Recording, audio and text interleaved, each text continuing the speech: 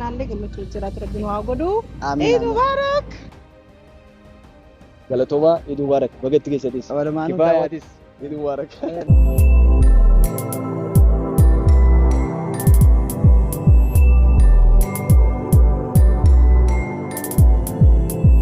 ورحمة الله وبركاته. هردفتوت أمانتا إسلام أنتو كسنو بكم جرتنيتي بقت نسنجة إذا خبجا إذا الفطر إيران بقت نسنجة إيجاران تناقافي أجايبا قفت شديمنا إن راجلا جافر من راجلا دولان درسي السلام عليكم جافر. وعليكم السلام ورحمة الله وبركاته.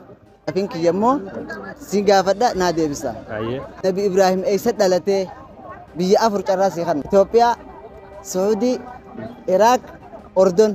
بيجي أفرن كنا كيسا أيسد دلته. أدي خبجمتو جالتمتو مستريا ومكانس جورا إسي كودتين دفجرا إجافين كينيا جا سنوم نجد جيره دوران دوسة السلام عليكم ورحمة الله وبركاته.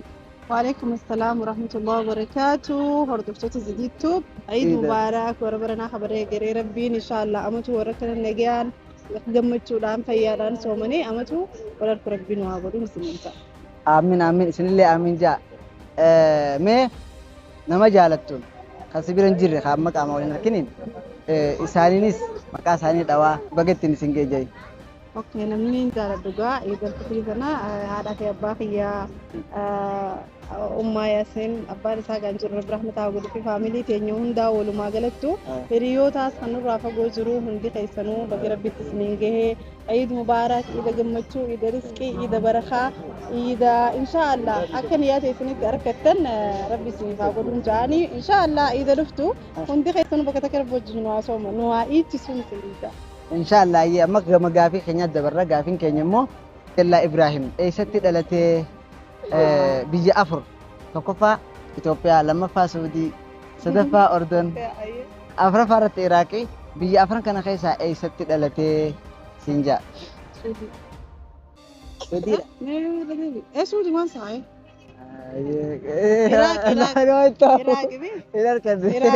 قافي ترودرات إراكي إراكي Iraqin deemu. Suudii teetiin itti yaadee Iraaqii ta'e. Hin qalate hin balleessine. Ani Iraaqii akkasii musariyaan harkattee jirti. Hundaafuu kaardii dhibbaa harkattee jirti. Siif waan ta'eef kaardii dhibbaa harkattee jirti. Yeroo gaariin naa dhufee kaardii harkadhee jira. Kaardii dhibbaa harkattee waan jirtuuf hordoftoota keenya musariyaan gaa bakka deemtutti waan cuma fuudhaa deemti. Musariyaan bakka deemtu waan cuma bakka dhabee beeku. Kanaafuu waan ceen akkasuma mabruuk sinjaa kuma dhibba seenuu keessafis guyyaa gammachuu kanaan kuma dhibba seenuudhaaf galatoomni sinjaa hordoftoonnis galatoomaa isin jenna.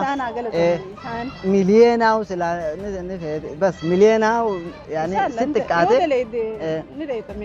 Kanaafuu Eidul Fitri tanaan baga isin ga'e hordoftoota amantaa Islaamaa isin jaa asirratti argamuu keetiif galatoomna. أتيلنا نافيرو كتيب قالتومي يمن تسوى جزراني أسيتس ولا كنا وجراتشو خنيافيس الحمد لله رب العالمين ورجعنا عليك المتوى جرات ربنا وعقدو عيد مبارك كينيا كم نجا فيا وعليكم السلام ورحمة الله وبركاته بقت كيس جديد ولمانو بقت كينيا إيجا غافين سنتين ديري سنو غافيس غافة جديما غافين سني نبي إبراهيم أي ست دلته بيا أفر خيسا تكفى إثيوبيا لما فا سعودي سدفا أردن أفرقا العراق بيجي أفرن كنا خيسا أي ست دلته توكو فارتي إثيوبيا لما فارتي سعودي سدفا فارتي أردن أفرق فارتي العراق بيجي أفرن كنا خيسا أي ست دلته نبي الله إبراهيم عليه الصلاة والسلام سلام عليكم نما فكينيا بيدو أنا ماتي أكيد إثيوبيا تدل ننجن نجاشي إثيوبيا دلته nama fakkeenya guddaa namaa ta'e nama obsa guddaa qabu maaliif namni gaafa siidaa diigu ibidda keessa darbine yaanini akkasumatti illee jaartii isaa dhiisee biraa kute fatanaa sadii fataname jechuudha ilmoo isaa qale yaanini fakkeenya guddaa nuu ta'a obsa keessa dhalate inni sun Iraaqitti dhalate Iraaq carraa lammadaa no Israa'el dhalata akkana hordoftoota fi kabajamtoota keenya Gaafii deebisee ture garuutu dhibbarraa dhibba ifitti amanummaa waan hin qabneef carraa lama daasii kanaa irraa deemte kanaafuu fatanaa homtee Eessa jirta. dhalatanis kaa? Iraaq dhalatee Okay, jechuun Laal. immoo maali beektaa waan takka yoonii fi beekte ati amma yaasiin ta'uu keessin beekaami maqaan kiyyoo yaasee jee carraa lama daadhaa jirti yaasiin mukaachuu qabaami maaliif yaasiin ta'uu kee waan si beekuuf jecha irra diduu qaba. Ati waan hin beekne nasiibaan deemaa jirtuuf yoo Iraaq nasiibaa osoo hin ta'e nasiiba. maali ni ta'a jechuun. Deebisee jira garuu Deebisee ni jira kaa? Deebisee ni jira. La deebisuun duratti waan gartee dhiidarratti shillimaata guddaa si kan san dhabdeeti deebuma deebifte maaliif silaa irratti diddee shillimaata sanii argatte. Irra naa deebi. Deebuun hin ta'u. Asirratti waan nu hirmaatteef chaanaala keenya irratti biyya Yamanii dhiiftee dhufte san chaanaala san asitti bira dhufee asitti gaafii si godhuudhaaf kabajaa guddaa qabda nu biraa galatoomi siin jaa. Galatoomii akkasumatti illee Yaman jennaa wayii na yaadachiiste saayiboota keenya warra Yaman jiran abdiidhaan dabalatee abbaa keenya kutaan ammoo akka karaa yuutuubaa kana seenu nu godhe obbo Said Bayaan bageetti keessa haadha manaa isaati wajjin akkasumatti illee egaa abdiidhaas Khayyaadannee fi khayyaaddatanii Mustafaa hundi isaaniitu. namni hedduudha Habii Waayyuu sun hundinuu baga geessanii warreen maqaan dheeniif warreen maqaa jidduutti Ramadaan Iid Mubaarak isin jaa baga geessan galatoomaa Iid Mubaarak bageetti geessatis Walumaanuu kifaayatis Iid Mubaarak. Rakkaatu hordoftotaa fi kabajamtoota keenya egaa sagantaan keenya akkuma itti fufetti jira sagantaa iidaa qophii gaafiif deebiidhaati. Egaa kan nu duratti argamtu kuulanii tuubiidha. Har'aan tana kuulanii tuubii gaafii gaafachuu deemna. Isin garuu waan amantii kanarraa illee hedduu beekti sheeka turte. Kanaafuu gaamee sheekummaa siisan har'aan tana laallaa gaafiin kiyya kuulanii duraan dursee Iid Mubaarak siin jaa maqaa keetii wajjin daawwattootaaf ibsa. Assalamu alaikum warahmatullahi wabarakatuh. Daawwattoota fi hordoftoota keenya qaqqaaleeffannaa gaafa sanatti yaadaa jirtanii Iid Mubaarak waliin isin jennee jirra. Hunda keessanitti baga ittiin isin geessite. Walumaanuu baga ittiin nu geessanii jaa. Egaa gaafii si gaafachuu deemu gaafiin kiyya gaafii Nabi Ibrahim eessa dhalate jettu biyyoota afur si kanna tokkoffaa irratti eessa dhalateedha biyya afur si kanna biyya afur sanirraa Itoophiyaa tokkoffaa lammaffaa Suudii sadaffaa Ordon afuraffaa irratti Iraaqii eessa dhalate biyya afran kana keessa Nabi Ibrahim alayhi salaatu wassalaami. Nabi Ibrahim eessa dhalate? Tokkoffaa irratti Itoophiyaa Itoophiyaa lammaffaa irratti Suudii Suudii Ordon Iraaq biyya afran kana keessa eessatti dhalate. Suudii dhalatee na fakkaata. Suudii dhalate irra deebi. Hin arganne Iraaq. Okay gaafii hin arganne dura irratti gaafiin kan arganne duraan dursee dura kaardii dhibbaa qabda turte hin arganne kuftee jirta garuu akka deebitti inni Iraaq dhalatee argattee jirta eega carraa lama daasee kana carraa lama bidaa mootee jirti mabruuk siin jaa Kaardii dirqamarraa na kaardii dhibbaa qabdi ta duraa yoo deebis Sani ministeera dhimma islaamaa ta'uudhaan baramee gammuudhamtee ture.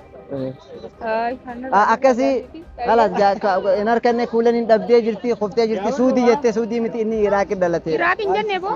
Iraaq moo eega carraa lama daamaa taare biyyin mana nafee fuula beessanii fittee keessaa taa'an Itoophiyaa ishee akkasii beessanii naayima kalas galatoomii asirratti affeeramuu keetiif galatoomi siin jaa. Galatoomaa isinis rakkoon qabu. Hanga viidiyoo biraatti walitti deebinu. Assalaamu alaikum Warahmatullahi wabarakatuh. Egaa gaafiin keenya akkuma itti fufetti jira duraan dursee assalaamu alaikum. Baga ittiin isin ga'e idalti ture.